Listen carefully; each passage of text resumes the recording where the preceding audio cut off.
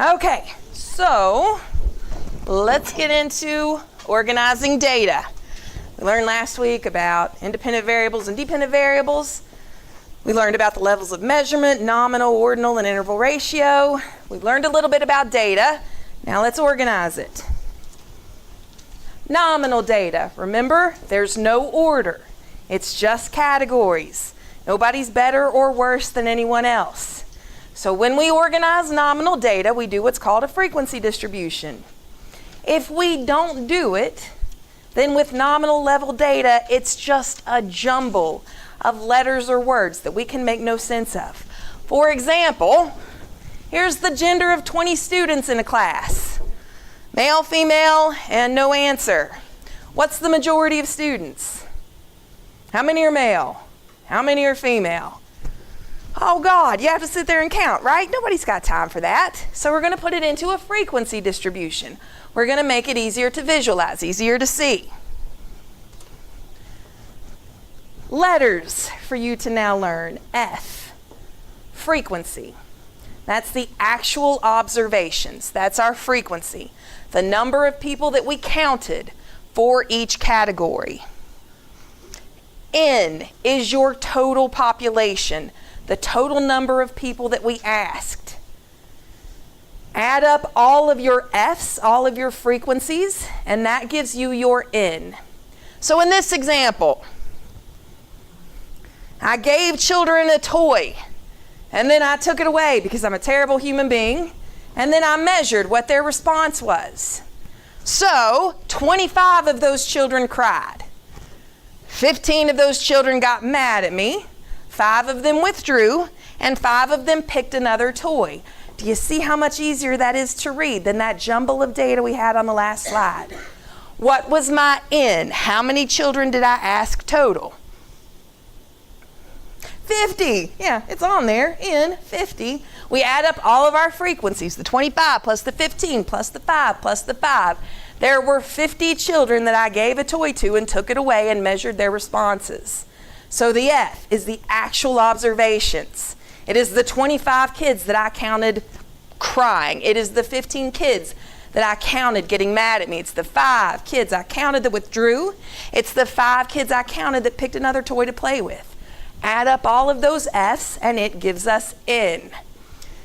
You have in your notes what F's are now, those actual things that we observed, what we counted. And N, total population.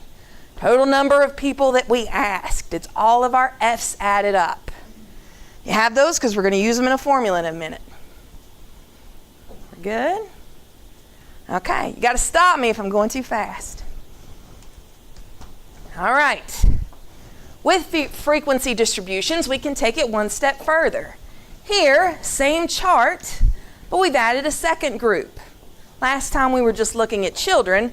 This time we're looking at male children and we're looking at female children. How many girls cried when I took their toy away? 28. Yes, it's up there. That's the frequency. That's the actual number I counted. How many boys got mad at me when I took their toy away?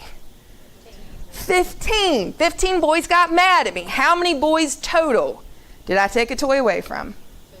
50. Perfect. How many girls total did I take a toy away from? Lovely. You see how easy frequency distributions are to read. Takes that jumble of data, breaks it down into something that's pleasant to our eye, and we can quickly tell you what happened, what's going on.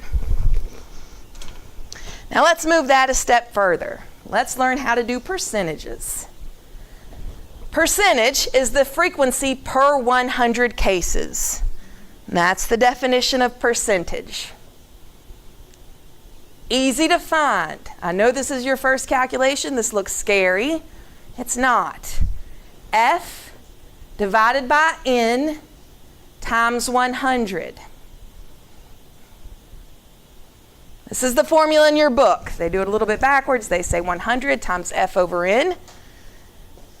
We'll calculate it the same way. We do the F divided by N first, and then we multiply by 100. Every calculator and phone that you have will calculate things differently, so I'm going to tell you, the way to not make mistakes is to do each step one at a time. So first thing we do is F divided by N, enter. Then we do times 100, enter. You put it all together in your calculator, you're going to get a weird answer. So we break it down and we do one step at a time. What percentage does is it shows us a relative size. And I'll show you what that means in just a second. Keep in mind your maximum percentage is 100. If you've got more than 100, we did something wrong somewhere. Our calculations are a little bit off. Now the relative size. Let's practice with the percentages. What percent of females chose to play with another toy? What's our F for females that chose to play with another toy? 15, so that's F, divided by N. How many females did we have total? 50. You need your calculators. 15 divided by 50, enter. Should give us a 0.3. 0.3, okay. Now times 100 to give it that percentage. Should be 30. All that times 100 does is it moves your decimal place over 2 places. That's all it does. So that 0.3 becomes 30. 30% of the female children that I was really awful to chose to play with another toy. What percent of male children cried? What's our F? 25 divided by N. What's our N for male children? 50. 25 divided by 50, enter, times 100. What percent of boys cried? 50%. Is everyone finding the right percent? F divided by N, enter, times 100, enter. All right, now let's talk about that relative size. Finding percentages isn't that scary, right? We're not terrified yet? Trying to read the room? You're all blank. Okay, I'm going to hope it's not scary. Let's talk about relative size. Here we have 2 colleges. How many people go to college A? What's our N for A? Remember, we're looking under frequency, not percent. What's the number of students that attend college A? 1,352. What's the N? What's the number of students in college B? Not percent, look at your F's. 183. That's a big difference. 1,350 students versus 183 students. How are we going to compare college A and college B? We use percentages. We're not going to compare the numbers. We're not going to compare 1,082 male engineering students and 146 male engineering students. We're going to find those percentages.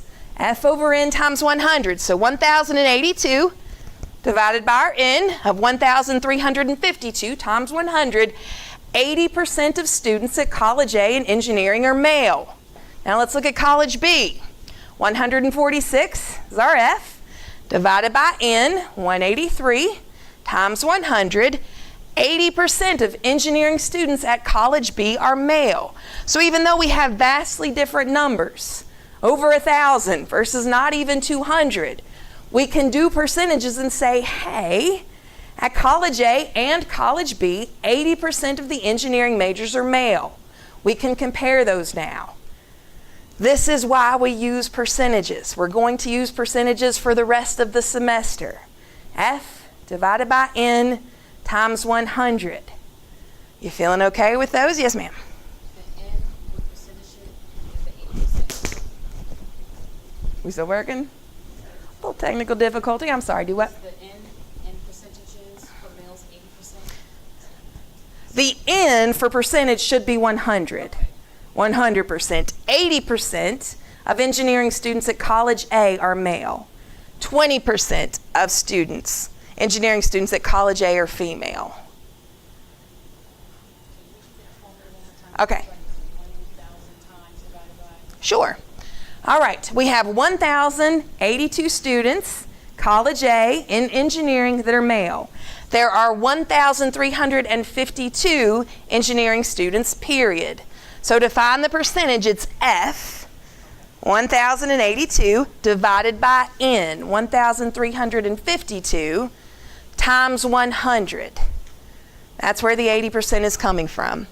For female students, it's the F, 270, divided by the N, the total number of students in engineering at that college, which is 1,352, times 100. And that's where the 20% is coming from. Does that help? Yes. Okay. All right. We comfortable here? We're feeling okay with percentages? How to find them? At least nod, shake your head, meet my eyes, something? Okay. All right, so thus far we've only worked with nominal. Remember, nominal order doesn't matter. No one's better or worse. So we've looked at gender, we've looked at responses when I take your toy away. Here we're looking at something like marital status. This is the same data presented in 3 different ways. We've got marriage at the top, we've got marriage at the bottom, we've got marriage in the middle, we've got single in the middle, single at the top, single at the bottom.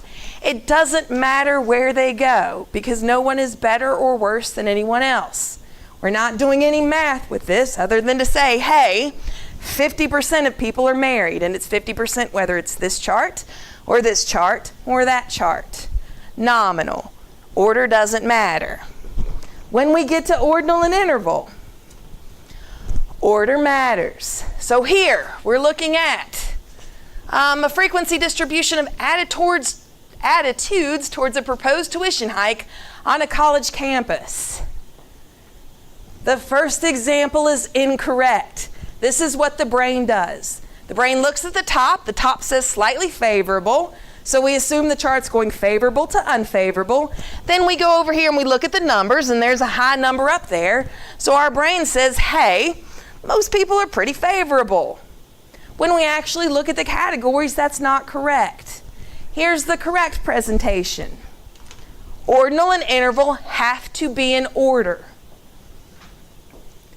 This is an ordinal variable. Remember, order matters, but there's not that equal distance. It's somewhat subjective. So this is a perfect example of ordinal. We've got strongly favorable, somewhat favorable, slightly unfavorable, somewhat unfavorable, and strongly unfavorable. Those go in order. There is a most, there is a least, there is a highest, there is a lowest. They go in order, but there's not that equal distance. It's somewhat subjective. When we put these correctly in order, now our brain can look at this and say, wow, here's our numbers. How do students feel about a tuition hike? They're all here. They're really unfavorable, logically. You should be unfavorable. Nobody wants a tuition hike. But once we put it in order, our brain comprehends it better, and we're able to quickly say, boom, no, don't raise tuition. Nobody wants it. So with the frequency distribution, when we do nominal variables, it doesn't matter what order they're in, like the marital status. When we get into ordinal and interval, it absolutely matters. We have to put them in order. We have to have a highest and a lowest, or a most and a least. Super important. All right, we talked about ordinal. Let's talk about interval. Remember, interval is always going to be numbers. If you have words or letters, it's not interval. Nominal is pretty much always going to be words or letters. Ordinal can be both, which is why it's the trickiest one. But when we're dealing with interval, we're always dealing with numbers. The problem is numbers are even trickier than letters and words. You saw that jumble we had for gender with the male and the female, and it was 20, and it was just a big old mess. Imagine if I asked you all GPAs. Imagine for 35 of you what the jumble of data would look like there. To have a 3.33 and a 2.76 and a 3.01 and a 3.25 and a 2.98, and there would be 35 different numbers. It would be ridiculous for your brain to try to comprehend that. So we collapse our numbers. We put them into categories or intervals. We call them class intervals. The perfect interval depends on your data. It's kind of a guess and test method.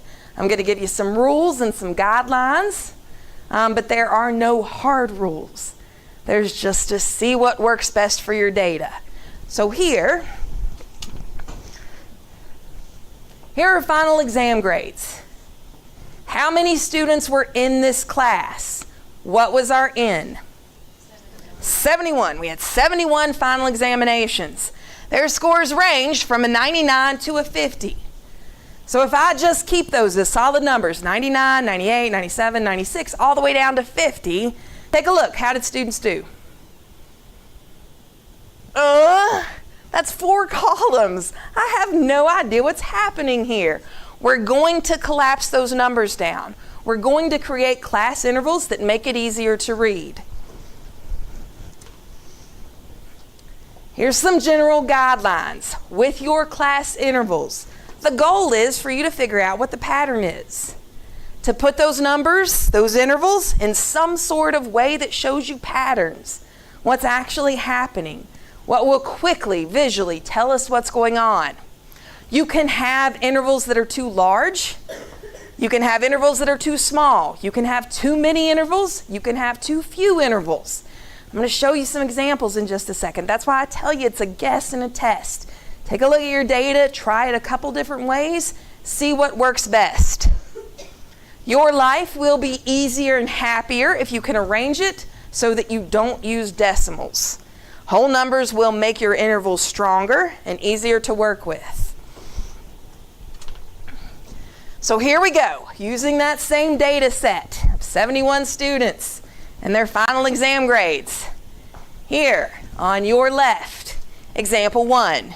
We've made class intervals that are 5 places wide. So we have 95 to 99, 90 to 94, 85 to 89, 80 to 84. So we've got high A, low A, high B, low B, high C, low C, high D, low D, high F, and low F. Does this tell us what's happening? How did most students do? How did most students do? Average. Most students are hitting in that 70 to 74, and that's followed by the 75 to 79 and the 65 to 69. So this shows us a pattern. Our highest number of students were in that low C. Let's try breaking it down again. Let's use a different interval. Let's use an interval of 10 instead of 5. So on your right at the top, this time we've broken it down in 10s, 90 to 99, 80 to 89, 70 to 79, 60 to 69, and 50 to 59, or 59 and less. How did most students do? C, much more visible in this one. We can look at this very quickly, not struggle with any numbers and say, boom, 29, 40%, almost 41. Students scored C. Let's break it down again. Let's try larger intervals. Let's just do pass-fail. So here on the bottom, we've got 60 to 99, passing, a D passes, and we've got 59 or less. How did most students do? Passed. Even easier to read. Man, boom. Most students passed. Problem with this one, it's a lot of intervals. It's still a lot of numbers to read. High A versus low A, I don't know if you all realize this yet or not, it's still an A. High A or low A doesn't matter, it's an A. That's what you get, it's an A. It's a little unnecessary. Problem here, this is too few of categories. Yes, 87% or 62 of those 71 students passed, but that doesn't tell us how they passed. Did they do really well? Did they get an A? Did they get a B? Did they get a C? Or was that squeaking by at the D mark? We just know they passed. So it depends on how specific the data is that you need as to what you do. It depends on what works best for you and your data. If all we need to know is that the majority of students passed, you don't have to go any further than this. I would err on this side. I would say, this is the porridge that Goldilocks ate. I think this is the perfect one. But there may be a time when you want to break it down further and know about high A's and low A's or high B's and low B's. And then this would be your playground. So it really depends on what you're trying to learn from the data. All three of these are correct, but the one that's most useful for you is the one that's most useful for you. You're going to guess and test. You're going to try a couple of different ways, see what reveals the pattern that you need to know. Here are the absolute 2 rules when you're determining your categories. They have to be mutually exclusive. They have to be exhaustive. Mutually exclusive. Everybody fits into one box and only one box, or one category and only one category. Exhaustive means everybody fits into a category. Nobody's left out. Everyone can choose a category that they belong in.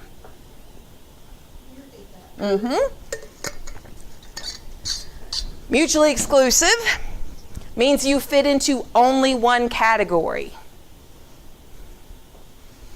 Exhaustive means that you get to fit in a category. You're not left out. There's an option for you. So exhaustive and mutually exclusive together basically means everybody fits into a box and only one box. That's what we mean by mutually exclusive and exhaustive. Column A is not mutually exclusive. Can anyone tell me why?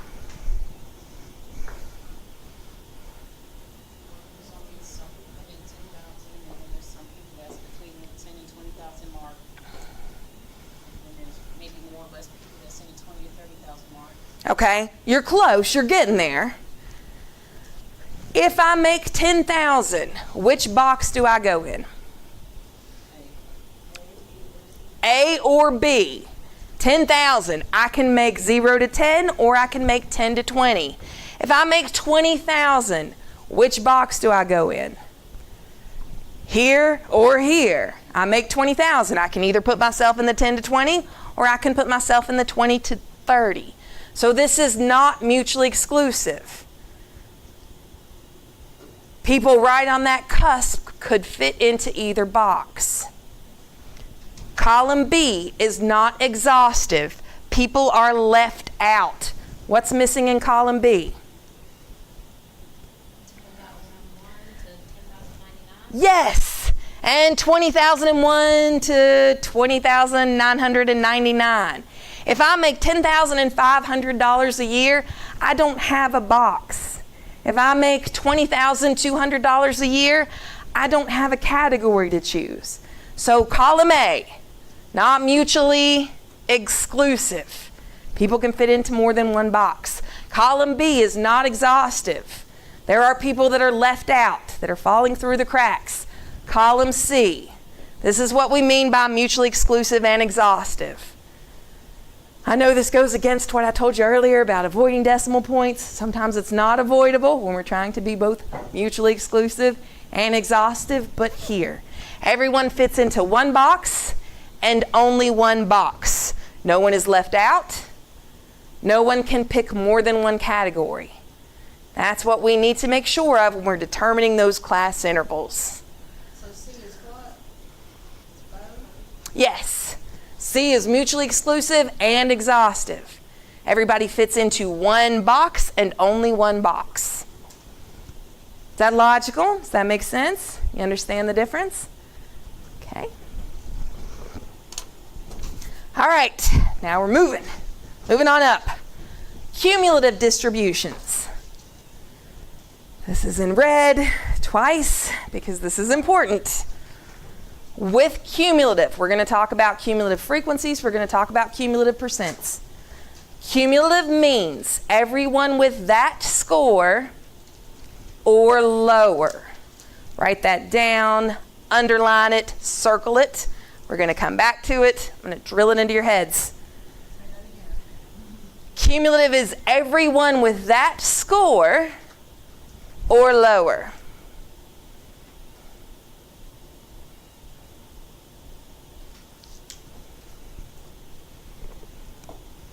So we learned that F is frequency. Cumulative frequency is CF. When we're talking about cumulative frequency, We're talking about everyone with that score or lower. Do you have that in your notes? Highlighted with stars and balloons around it. Okay. Here's where I don't want you to get confused. Cumulative. Everyone who has that score or less. Look at the categories. Do not look at the frequencies. Look at the categories. That's what we're talking about by that score or less. We're talking about the categories. Ignore your frequencies for right now. Don't pay attention here. Look over here at your categories. What's our lowest category? 20 to 24. We're not looking here to see what's got 3, what's got 4, what's got 6, what's got 12. We're looking here. 20 to 24 is our lowest category. Frequency. We're looking at PSAT scores. 3 students scored a 20 to 24. So here's how cumulative frequency works. We start with our lowest category. And again, emphasizing category, lowest category. Cumulative is everyone who has that or lower. So let's start at 20 to 24. The frequency of people who have 20 to 24 is 3. What about lower? There's nothing lower, right? So our cumulative frequency is 3. Now let's go up one, 25 to 29. What's the frequency of students that scored 25 to 29? Or lower. So we do 6 plus 3, 9. That's our cumulative frequency for 25 to 29. It's everyone who scored that and lower. Let's move up. 30 to 34. What's the frequency of students that scored a 30 to 34? 12. Now the cumulative part is or lower. So 12 plus 6 plus 3, or 12 plus 9, gives you the same answer. 21. 21 students had a 30 to 34 or lower. Is that making sense? Okay. Cumulative frequency for 35 to 39. Start with our frequency of 35 to 39, which is 30. Cumulative part means or lower. So 30 plus 12 plus 6 plus 3, or 30 plus 21. Our cumulative frequency is 51. It's everyone who scored 35 to 39 or lower. Do you understand? Okay, again, look at your categories. Don't look at your frequencies. We start with the lowest category. We could flip this. We could have 20 to 24 on top. We could have 75 to 79 on the bottom. And we still start with the lowest category, which is 20 to 24. It doesn't matter if it's on the top. It doesn't matter if it's on the bottom. As long as they're in order, make sure you start with the lowest actual category.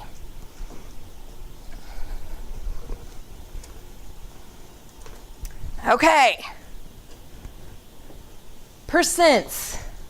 C percent is cumulative percent, just like CF was C cumulative frequency. Same exact thing, except this time we're working with the percents instead of the frequencies. We start at the bottom, work our way from the lowest to the highest. 20 to 24, here's where we're putting it all together. We know that 3 people scored 20 to 24. How many students total were in the sample? What was our N? 336. Perfect. All of our F's added together. So let's figure out percent, what we learned all of 28 minutes ago. F divided by N times 100. 3 divided by 336, enter, times 100, 0.89. Less than 1% of people were 20 to 24. All right, let's figure out our percent for 25 to 29. We know our frequency was 6. Figure out the percent by F divided by N times 100. 6 divided by 336 times 100. 1.79% scored between a 25 and a 29. One more, let's look at 30 to 34. We know our F for that one was 12. Let's figure out our percent. F divided by N times 100. 12 divided by 336 times 100. 3.57% scored 30 to 34. So you don't add what's under it? First we have to find our percentages. You'll see when we get our worksheet, we're going to do one together. So we find percentages of all of these. Now we find cumulative percent the same exact way we found cumulative frequency. We start with our lowest category. Not our lowest percent, not our lowest frequency, our lowest category. What percent of students scored 20 to 24? 0.89. 0.89, less than 1%. The cumulative part means or lower. There was nothing lower. So cumulative percent for 20 to 24 is 0.89. Cumulative percent for 25 to 29. Well, first, what's our percent for 25 to 29? 1.79. The cumulative means or lower. So 1.79 plus 0.89 gives us 2.68%. You need 2.68% scored at 25 to 29 or lower. What percent scored 30 to 34? 3.57. Cumulative means or lower. So it's the 3.57 plus the 1.79 plus the 0.89, or 3.57 plus 2.68. And we know 6.25% scored 30 to 34 or lower. How are we feeling about cumulative? It's not that hard. Don't be intimidated. The most important thing to remember is start at your lowest category and work your way towards the highest. If you have done cumulative percent correctly, by the time you get to the top, it will be 100. Depending on rounding, it could be anywhere from 99 to 101, but it should be right at 100%. There were two questions. So, calculated means what be for every type of the interval, Ordinal and interval ratio. We can't do cumulative with nominal because, again, nominal doesn't go in order. No one's score is lower than anyone else's. So good question. Ordinal and interval ratio, that's the only ones we can find cumulative percent and frequency for. So when we get like a problem, we'll have the class interval, like the numbers, and we'll have the frequency, and then we fill in the rest. You'll see when we get the worksheet. We're going to do kind of one top to bottom. Yeah, we're going to do it together, the first one, then you do two on your own. That'd be great. You got it. Feeling okay with this? Okay? At least okay enough to proceed? Getting closer to the end? Okay. Couple of touch points. We're going to practice on cumulative like we just did, but there's a couple things I want to hit really quickly first. Crosstabs we will spend a lot of time on later. Chapter 11, 12, 13, somewhere around in there. But you get introduced to them now because they're built on frequencies. Crosstabs tell us how one variable is spread over another. That's what crosstabs do. Usually how our dependent variable is spread across our independent variable. They let us look at 2 dimensions of data. I know that sounds scary. You have already looked at a crosstab today. This is a crosstab. We've looked at 2 dimensions of data. We looked at the response of the children and the gender of children. This is exactly what a crosstab does. So don't be intimidated when all these funky statistic words start flying around. You've seen it. It wasn't that terrible. Here's another example. Here's a regular frequency distribution. We're looking at seatbelt use all the time, most of the time, some of the time, seldom, and never. First of all, what's the level of measurement here? Nominal, ordinal, or interval ratio. We're asking people about their seatbelt use. Our categories are all the time, most of the time, some of the time, seldom, and never. Ordinal. Perfect. Wonderful. It's not nominal. Those have to go in order. Never is always less than seldom. Seldom is always less than all of the time. But they're somewhat subjective. There isn't that equal distance between them. So that makes it ordinal. Great job. So plain frequency distribution, here's a crosstab. We've taken that and further broke it down by gender, male and female. What's our independent variable and what's our dependent variable? Independent is cause, dependent is effect. Are we saying gender influences your seatbelt use? Are we saying your seatbelt use influences your gender? Gender influences seatbelt use because the other one makes no sense. So gender is our independent, seatbelt use is our dependent. Here's why that matters. You have row marginals, you have column marginals. I know marginal is a funny word, it just means total.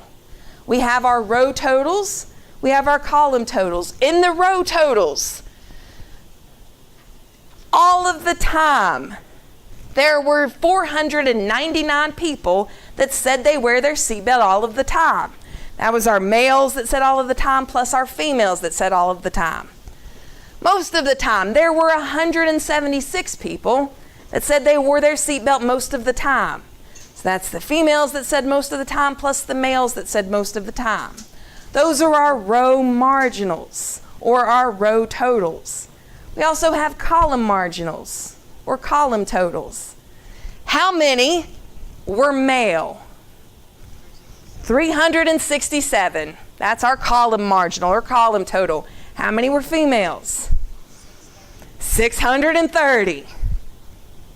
Our total N, if we've done it correctly, can be found by adding up either the column totals or column marginals and the row totals or the row marginals. So how many people were in this distribution, period? Male and female. How many total people did we ask? 997.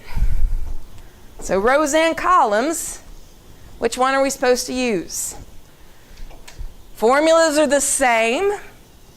If we're looking for percentages for the rows, we do F over N for the row times 100. If we're looking at the columns, we do F divided by N for the column times 100. Which one of those are we supposed to use? And you don't need to write this down. We're not doing cross tabs. I'm introducing you so you see how these are connected. Here's your answer for which one to use. If your independent variable is in the rows, then we look at row percents. If your independent variable is in the columns, then we look at column percents. Our independent variable was in the columns. It was gender, right? Well, here's what the rows will tell us. This is why it doesn't make a lot of sense. Here's row marginals. Our independent variable is male and female, but what the row is telling us is, hey, out of four, I'm just going to throw this out there. I didn't realize how often I said hey in class until I had to listen to my lecture last week. You got to tell me when I'm repeating words like that. Okay, so this is what the row is telling us. Out of the 499 people who wear their seatbelt all of the time, 28% are male, 71% are female. That doesn't tell us a whole lot because we had vastly different number of males and females answer.